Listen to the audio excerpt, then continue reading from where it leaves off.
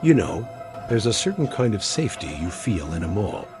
It's not like being at home, but it's a public kind of safety. There are cameras, there are security guards, there are other people. It's bright, there's music. Even when a mall is dying, it still feels contained. You feel like nothing can really happen to you there. That's what I used to think. Before I worked at the Galleria. Before I met him.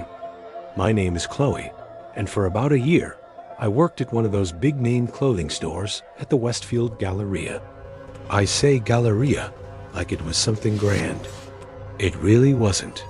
It was one of those classic 90s malls that was slowly bleeding out. Half the storefronts were empty. The food court was down to a Sparrow and a single sad-looking pretzel stand.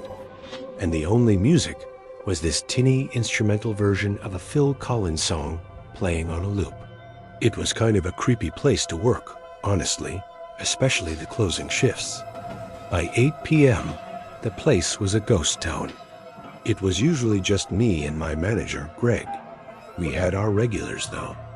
Not shoppers, just characters. You had the cluster of teenagers who would just sit on the floor by the dead fountain, charging their phones. You had the security guards, who were mostly just trying to stay awake. And then you had Red Cap Ron. That's what Greg and I called him. He was this elderly man, probably in his late 70s.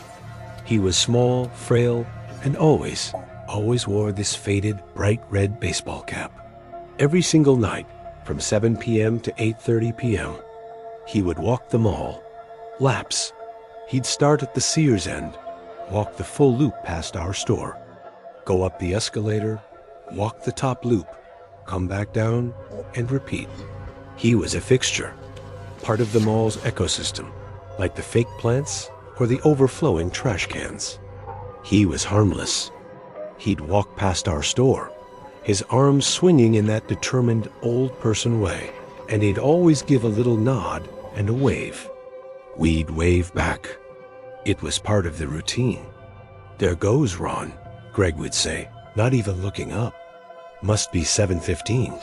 I felt bad for him, in a way. I figured he was lonely, a widower maybe, and the mall was his only social outlet. It was warm, it was safe, and he could get his steps in. It was all very normal. Until the night it wasn't. It was a Tuesday, a dead slow Tuesday. Greg asked me to take the trash out back. We'd just gotten a shipment, and the stockroom was overflowing with boxes. The out back, for us, wasn't the parking lot. It was the service corridor. If you've never worked retail, you don't know about these places. They're the backstage of the mall. A long gray, concrete tunnel that runs behind all the stores. There's no music, no bright lights, just the hum of generators and the smell of grease from the food court dumpsters. It's where we got our deliveries and where the big industrial compactors were. I pushed the big metal door from our stockroom, and it whooshed shut behind me, the sound echoing down the hallway.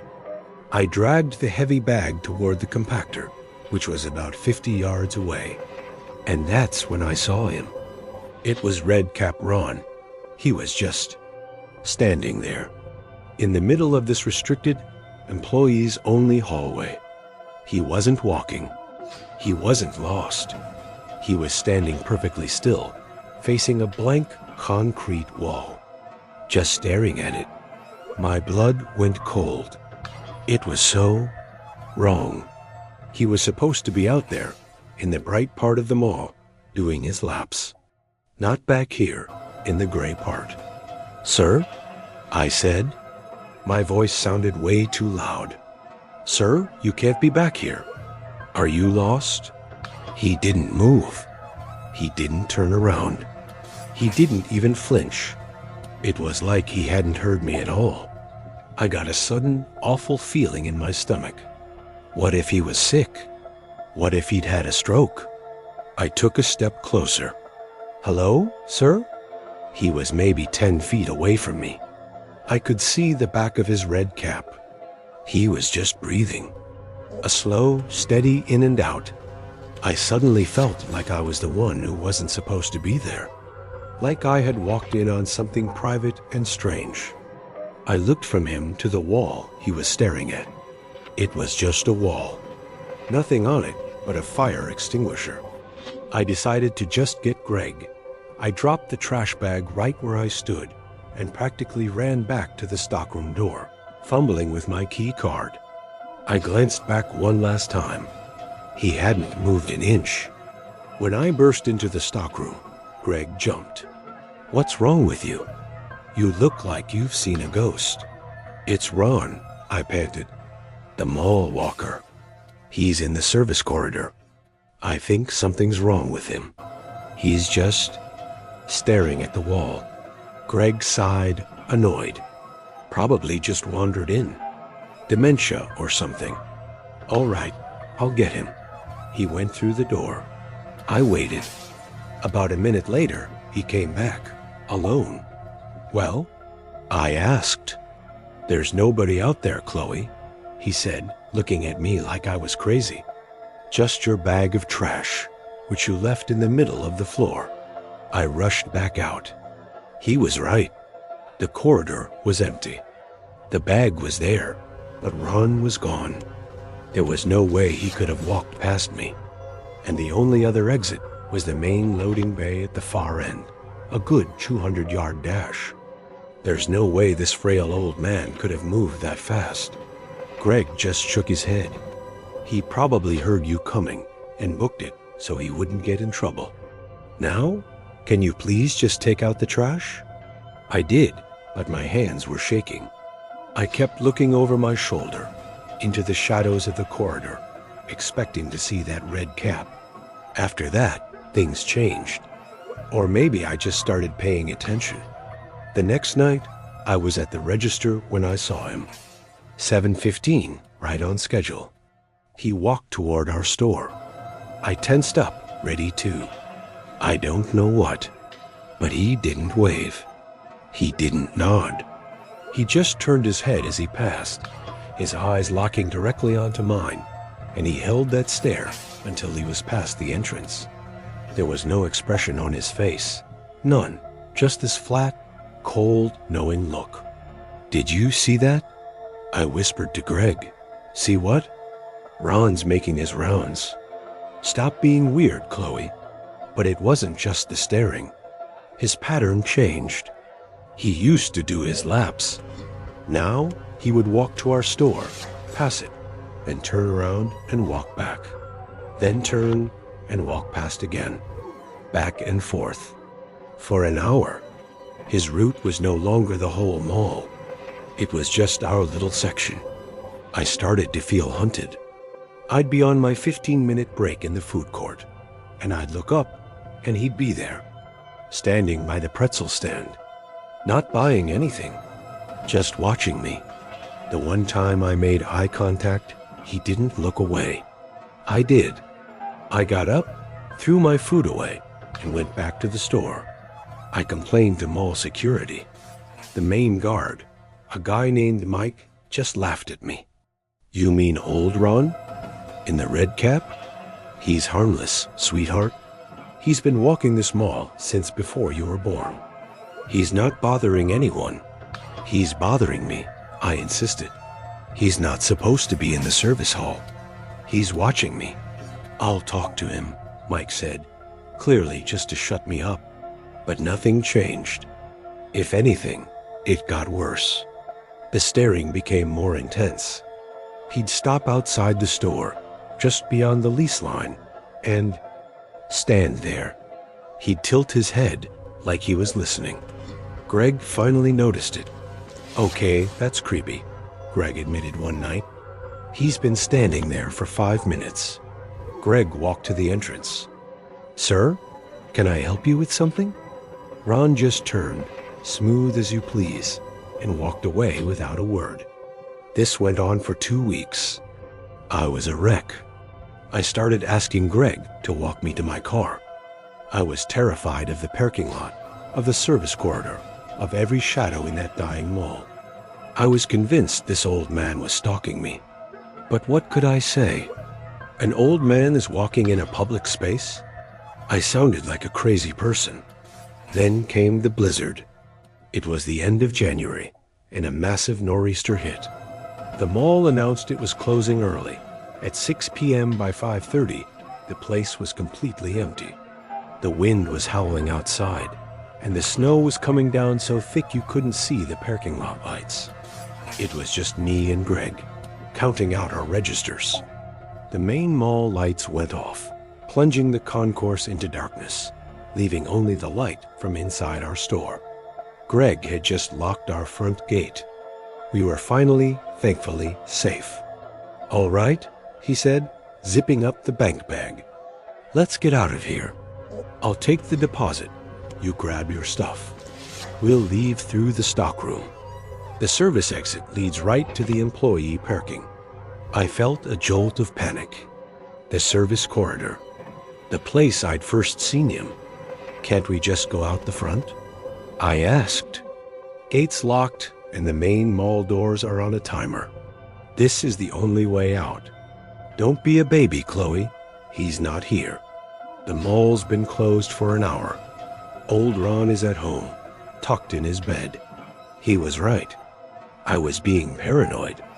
I grabbed my coat. We entered the stockroom. It was piled high with boxes. Greg went to the heavy steel door that led to the service corridor and pulled it open. The gray, concrete hallway was just as I remembered it. Dark, silent, except for the high-pitched whine of the wind from the storm outside. Greg stepped out. "See? Nothing. Just us," and he stopped. "Greg?" I said from the doorway. "What is it?" He was looking down the hall, toward the loading bay. I think the wind blew the bay door open. I can feel a draft. And I hear something." I listened. He was right. Beneath the sound of the wind, there was another noise. A faint, rhythmic banging. A thump. "It's just the wind," I said, my voice trembling. "It's hitting something." "No, that's the emergency exit," he said, pointing to a door about 20 feet down the hall. The one near where I'd seen Ron staring at the wall. That's the one that leads to the employee lot. It sounds like someone's hitting it. "Greg, let's just go," I pleaded. "Let's go back through the store and call security." "And say what? The wind is banging a door?" "I have to check it. It's an alarm door. If it's broken, the whole mall's alarm system will go off." He started walking toward the sound. "Greg, no, please. Chloe, stay right there," he commanded. "I'll be 30 seconds. It's probably just a piece of ice." He walked down the hall, his footsteps echoing. The thumping sound stopped. Greg reached the door and pushed on the panic bar. He looked back at me, his face confused. "It's locked. Solid. I don't get it." And just as he said that, the heavy steel door I was standing in, the one to our stockroom, slammed shut between us. The click of the lock echoed in the hallway. It was a self-locking door. I was in the stockroom. He was in the corridor. "Chloe." His voice was muffled. "Chloe, open the door." I lunged for the handle. It wouldn't budge. "Greg, it's locked. I need my key card." My key card was in my purse. My purse was on the other side of the stockroom, by the register. I ran, grabbed my bag, and fumbled for my wallet. "Chloe, hurry." He yelled. Then I heard another sound. A different sound. It was the squeal of a heavy, rusted hinge. I froze. I knew that sound. It was the door to the freight elevator, further down the corridor. "Greg?" I whispered. Silence. The thumping was gone. Greg's yelling was gone. All I could hear was the wind. "Greg!" I yelled, pressing my ear to the door. "Are you okay?" Nothing. My hands were shaking so bad I could barely hold the key card. I finally swiped it. The lock buzzed. I ripped the door open. The hallway was empty. Greg. My voice just died in the concrete tunnel. He was gone. The emergency exit he'd been checking was closed. The freight elevator door was closed. He was just gone. I scrambled for my phone and called 911. Then I called mall security. The police were there in 10 minutes. They found the whole mall empty, just as it should be. Greg was nowhere. His car was still in the employee lot, now covered in 6 inches of snow. They treated me like a suspect. For about an hour, they took my statement. I told them everything. About Ron, the staring, the service corridor. I sounded unhinged, and I knew it. They went to check the security footage. And that's where the real horror started. They found Greg and me on the store cameras, closing up.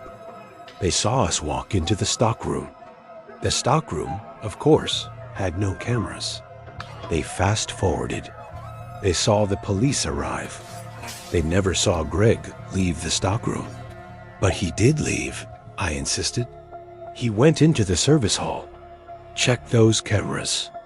The officer gave me a tired look. Ma'am, the service corridor cameras are for security. They only record when they detect motion. So check the motion log. He sighed and typed. He found the moment. 10 minutes before my 911 call. The camera outside our stockroom door flickered to life. The footage was grainy, black and white. It showed Greg stepping into the hall. It showed me in the doorway. It showed him walking toward the emergency exit. And then, from the deep shadow of the open freight elevator bay, a figure. It was fast. So fast. The figure, small, wearing a cap, moved from the shadow behind Greg. As Greg turned back to look at me, the figure swung something. A pipe or a crowbar. Greg just dropped. He didn't make a sound. The footage showed the figure dragging Greg's body into the freight elevator. The figure then stepped back out, looked directly at our stockroom door, at me, and walked over to it. He pulled it shut with a thud. He knew I was in there. He was trapping me.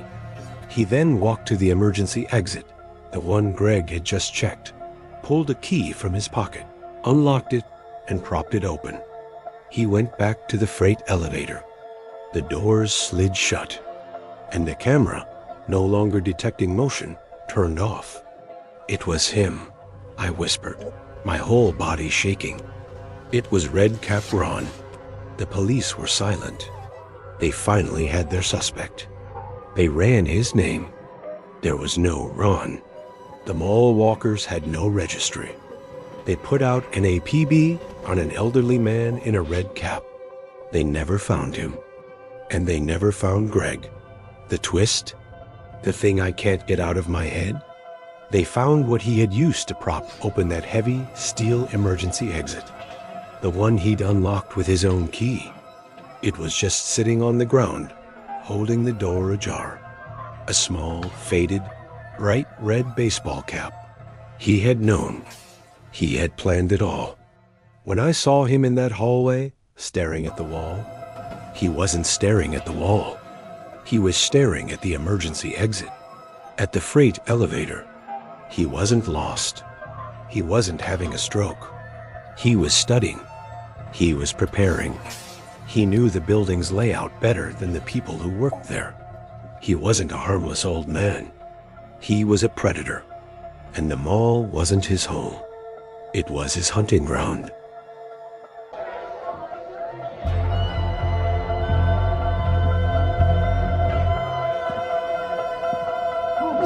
I'm a dad. I've been one for 4 years. And in those 4 years, I've learned that your entire world shrinks down to the size of this one tiny person. Your priorities, your fears. Everything changes. You used to be afraid of public speaking or losing your job. Now you're afraid of uncovered outlets and grapes that haven't been cut in half. And you develop this instinct, this low-level hum of paranoia. You're always scanning. Is that person walking too close? Is that car slowing down? You tell yourself you're overreacting. You're just a nervous new parent. You try to relax. You try to convince yourself that the world is mostly safe, that people are mostly good. You take your kid to the mall on a Saturday. My daughter's name is Sophie. She's 4, and she's my entire life. My wife, Jen, was at a baby shower, so it was just me and Soph. We were having a daddy-daughter day, which is code for I'm going to buy her an ice cream and then drag her to the hardware store. The mall was, of course, a nightmare. It was Saturday afternoon, packed, loud. I hate it. But Sophie loves the play area. You know the one. It's usually near the food court. It's this brightly colored, padded floor monstrosity, fenced in by a low plastic wall. It's got a weird foam tree and a slide that's about 2 feet high. It's a socks-only zone. It's supposed to be the safest place in the entire building. We got there. I took off our shoes, and she ran right in. It was the usual scene. A half-dozen toddlers running in circles, and a perimeter of exhausted-looking parents staring into their phones, just grateful for a 5-minute break. I was one of them. I sat down, pulled out my phone. Sophie was climbing the foam mushroom. Everything was fine. Then they walked in. It was a man and his son. The kid was probably 5, a little older than Sophie. But he was ... feral. That's the only word for it. He had this wild energy. The dad was a different story. He was tall, thin, and had this blank, dead-eyed expression. He was wearing jeans and a stained gray hoodie. He didn't look at his kid. He just leaned against the wall and stared into the middle distance. I clocked them, but you try not to judge. Right away, the kid, Cody, as I heard his dad call him, starts causing trouble. He runs up the slide backwards, knocking a little girl off. The girl's mom yells, "Hey!" The dad in the gray hoodie doesn't even look up. Then Cody goes over to the big foam tree and just ... starts kicking it as hard as he can. Sophie, meanwhile, is playing with these big, soft letter blocks. She's trying to stack them. Cody spots her. He runs over, lets out this weird, high-pitched shriek, and just body checks the tower, sending the blocks flying. Sophie looks startled, but she's a tough kid. She just starts building again. I look at the dad. He's still just ... vacant, staring at nothing. "Hey," I say. Not yelling, just a firm dad voice. "Can you watch your kid?" The man's head swivels toward me. It was slow, unnatural. His eyes lock on mine. They were flat, soulless, like a shark's eyes. He doesn't say sorry. He doesn't say, "Cody, stop." He just says, "Let them play." His voice was a monotone. No anger, no emotion. Just a cold, flat statement. It wasn't a suggestion. It was a command. I felt that instinct, that hum, spike in my gut. Something was wrong with this guy. I turned back to Sophie. "Soph, honey, why don't we play over by the slide?" "No, Daddy, I'm building a castle." Before I can answer, Cody runs up again. This time, he doesn't go for the blocks. He puts both hands on Sophie's chest and shoves her. Hard. She fell backwards, and the back of her head hit the padded floor with a thud. That was it. My brain just went white with rage. I scooped Sophie up before she even started to cry. She was scared, her little face crumpled. I turned to the man. I was shaking. "What the hell is wrong with you?" "Control your kid." The man stood up. He was taller than I thought. He took a step toward me. He didn't say a word. He just looked at me. His face was still blank, but his fists were clenched. I had Sophie in my arms. I wasn't going to fight this guy. "You're a real piece of work, man," I spat. I turned, pushed through the little plastic gate, and walked away, my heart hammering. I could feel his eyes burning into the back of my head until I turned the corner out of the food court. It took me a few minutes to calm down. Sophie was fine, just scared. I got her that ice cream, and the crisis was averted. We walked around. I bought the bolts I needed at the hardware store. I'd forgotten all about the guy, or I'd tried to. Just another jerk in a world full of them. About an hour later, Sophie did the potty dance. "Daddy, I have to go now." The main bathrooms were on the other side of the mall, but I knew there was a family bathroom right around the corner, back near the food court. We rushed over. It was a single-stall room, a toilet, a sink, and a changing table. I locked the heavy wooden door behind us. "Okay, Soph, you first." She was using the little toilet. I was standing there, my back to the door, looking at my phone. And then I heard it. A knock. "Someone's in here." I called out, annoyed. The handle jiggled. Hard. "Hey." I yelled, "It's occupied." "Wait a minute." Then a voice from the other side. A low, flat monotone. "You shouldn't have been so rude." My blood turned to ice. It was him, the dad from the play area. I grabbed Sophie off the toilet. "Daddy, I'm not done." Baby, just be quiet." I heard a scraping sound, like metal on metal. He was picking the lock. "Hey!" I screamed, my voice cracking. "Get away from the door. I'm calling the cops." I fumbled for my phone, and then the kicking started. The whole door shuddered.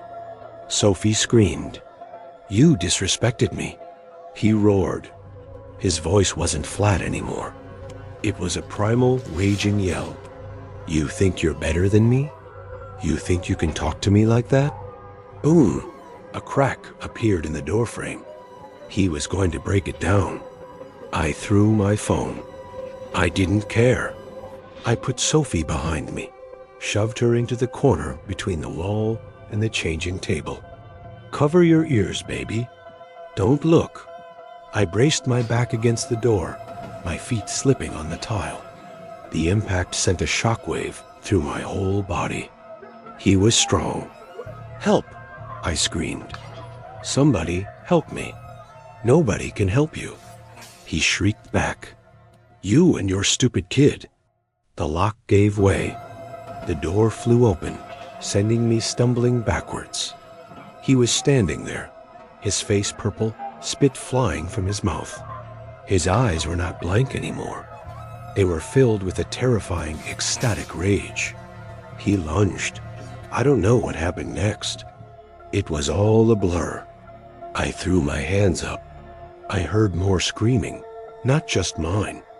A mall security guard, a big guy, had come running when he heard the commotion. He tackled the man from the side, and they both went crashing into the wall. It took 2 guards to hold him down. He was fighting, biting, screaming about respect. I was in the corner, holding Sophie, who was sobbing hysterically. I was shaking so hard I couldn't stand. The police came. They cuffed the guy. He was still screaming. I gave my statement. My voice was a whisper. I told them about the play area, about the shove. The cops were nodding. Okay, so it was a verbal dispute that escalated. "He tried to kill us," I whispered. One of the officers was searching the man's hoodie pockets. He pulled something out. He looked at it, then looked at his partner. His whole demeanor changed. "What is it?" I asked. The cop held it up. It was a small roll of duct tape. Then he pulled out a small amber-colored bottle. And finally, a set of white, industrial-grade zip ties. A cold dread, worse than the fear, washed over me. That's when the real twist happened. One of the cops said to the man, who was now eerily calm, "Where is your son?" The man, his face pressed against the floor, just smiled. A sick, wet smile. "What son?" he whispered. They didn't understand. I didn't understand until 10 minutes later, when a frantic woman ran up to the security guards. "My son." She was crying. "His name is Cody." I just looked away for a second from the food court, and he was gone. My heart stopped. Cody, the kid in the play area, the feral kid. It wasn't his son. He was a kidnapper. He had lured that little boy away from his mother in the food court. He had taken him to the play area to what? To blend in? To wait? And I had intervened. My stupid paternal, control your kid, anger, I hadn't interrupted a bad parent. I had interrupted an abduction in progress. The rage wasn't about disrespect. It was the explosive, panicked fury of a predator whose plan was ruined. He hadn't followed me to the bathroom to fight me. He'd followed me to eliminate me. And my daughter, the only witnesses who could tie him to that little boy. When the cops searched his jacket, they found a lock-picking set. He hadn't just been kicking the door. He'd been working on the lock the whole time. I look back on it, And the part that haunts me is, what if I hadn't said anything? What if I had just taken Sophie and left? That man would have walked out of that play area with that little boy, and Cody would have been gone forever. I don't go to malls anymore, and I hold my daughter's hand so tight, I'm surprised she doesn't complain. The world isn't safe. People aren't mostly good. I was right to be paranoid. My only mistake was thinking I was paranoid enough.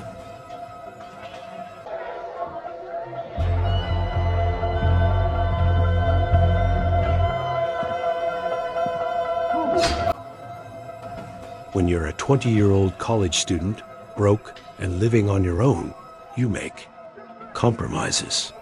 My compromise was my job, and by extension, my safety.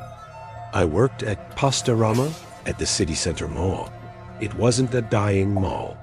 It was just a shitty one. And my job was simple. I was a busboy and a closer.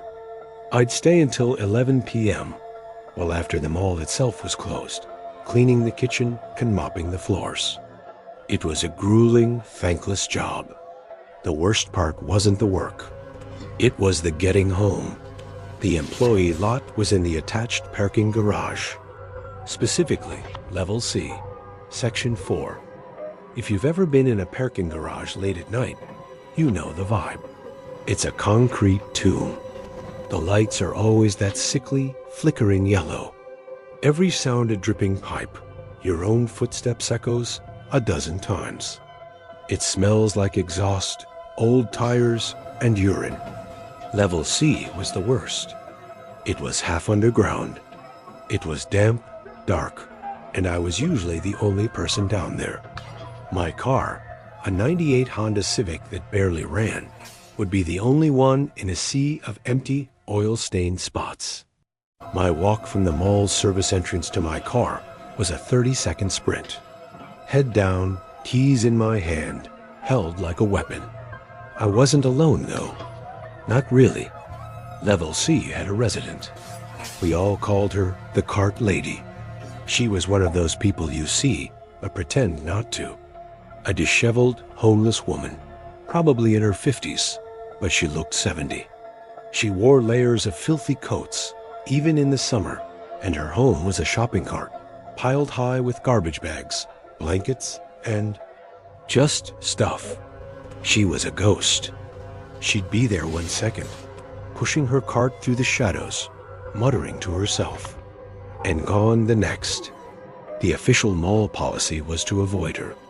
Security would chase her out, and she'd just reappear. We all knew she lived in the garage, probably in one of the maintenance stairwells.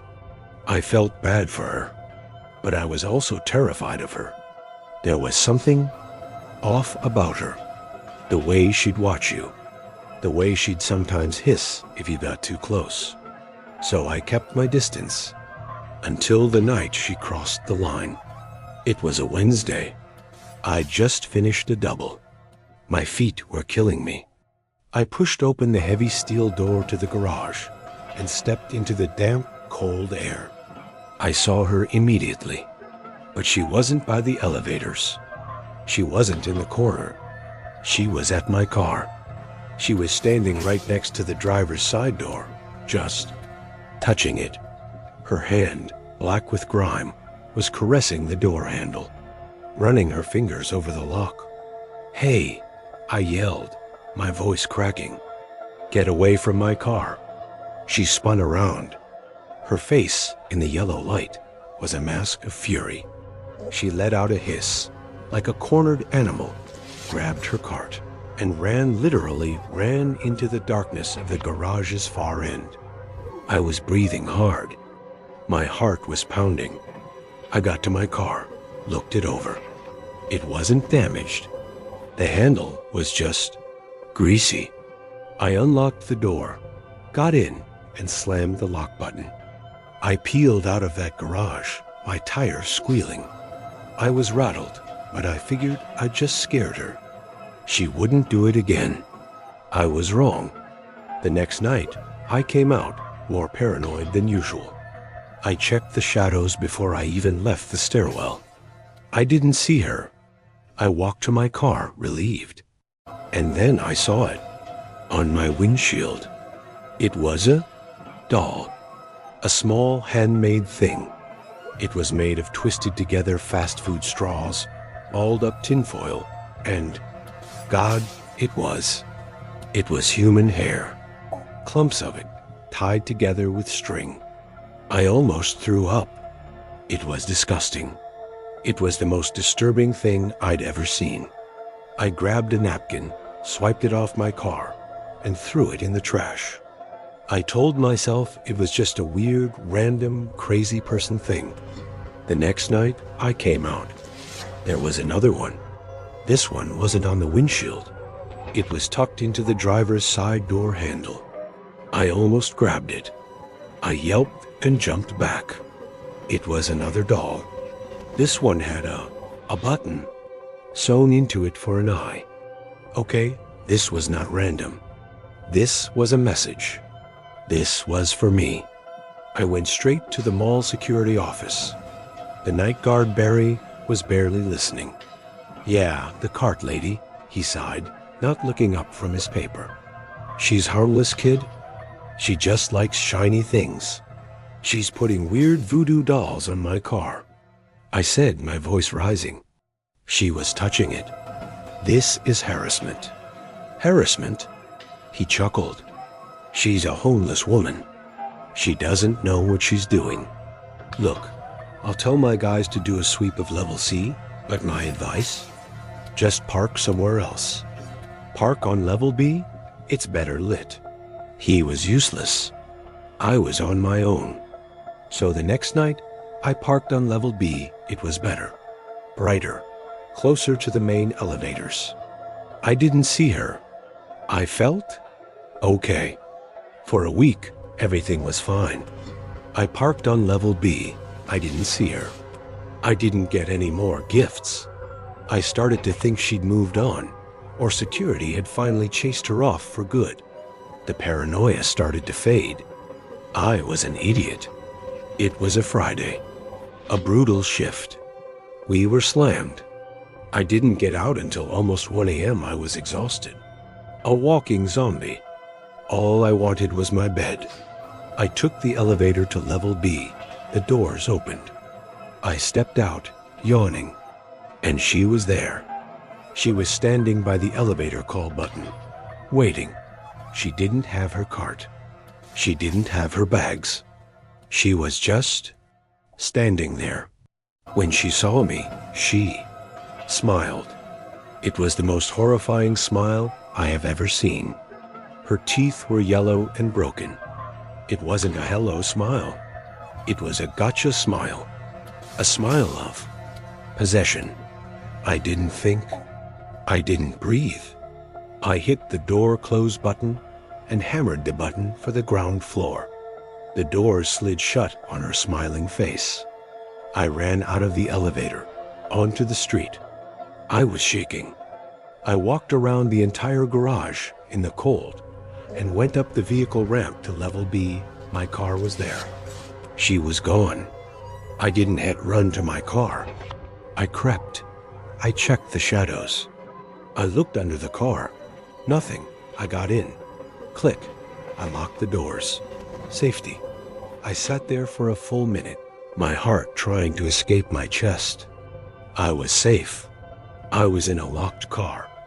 She was just a crazy woman. I put the key in the ignition.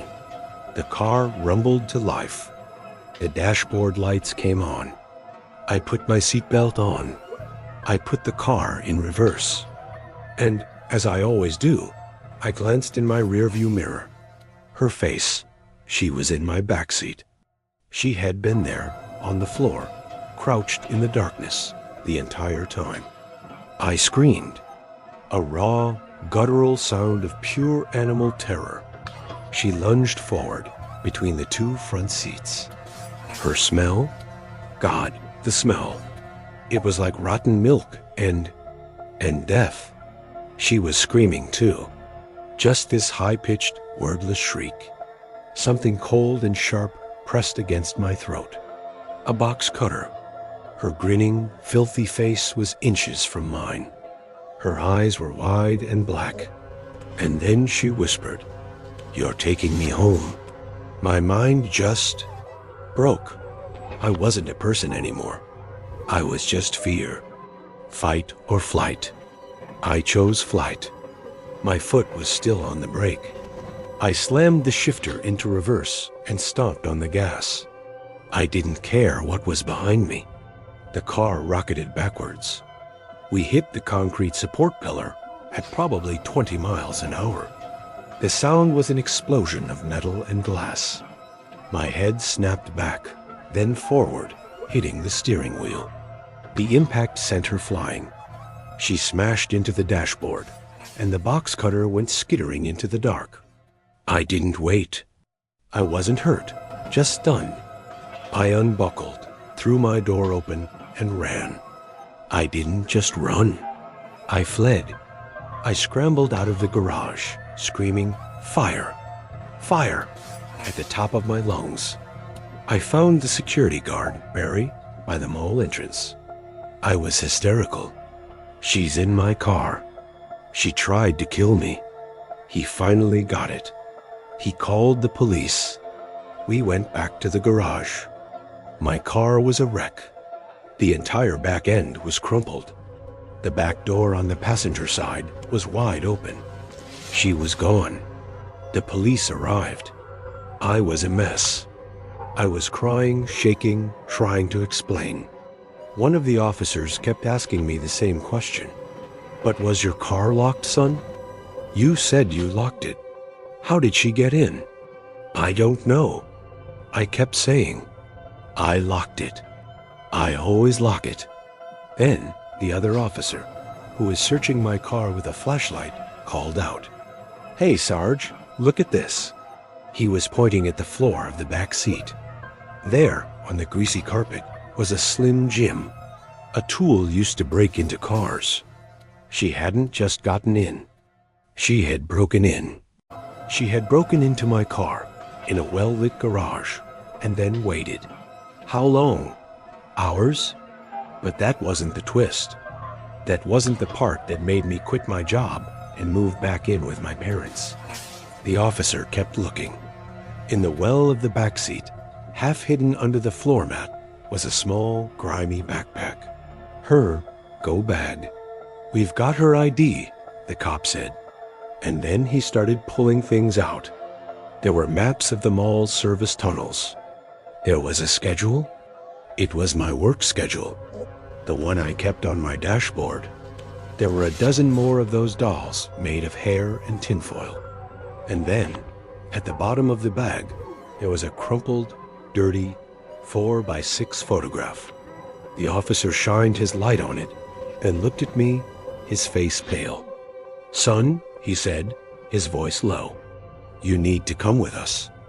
We have to go to your apartment. Right now." He showed me the picture. It was me. I was asleep. In my bed. The picture had been taken. Through my bedroom window. She wasn't a harmless homeless woman. She wasn't the cart lady. She was a stalker. She hadn't just been in my car. She had followed me home. She knew where I lived. That night, in the garage. She wasn't trying to scare me. She wasn't trying to rob me. She was taking me home. I never went back to my apartment. I never went back to that mall. I moved to a different city. But I can tell you this. It's been 5 years. And I still, to this day, check the back seat of my car. Every single time I get in. Without fail.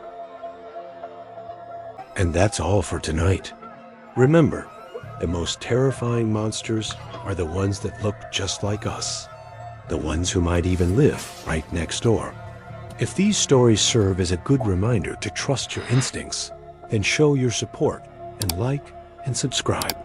Hitting that bell means you'll get a warning before the next nightmare begins. Sleep well if you can.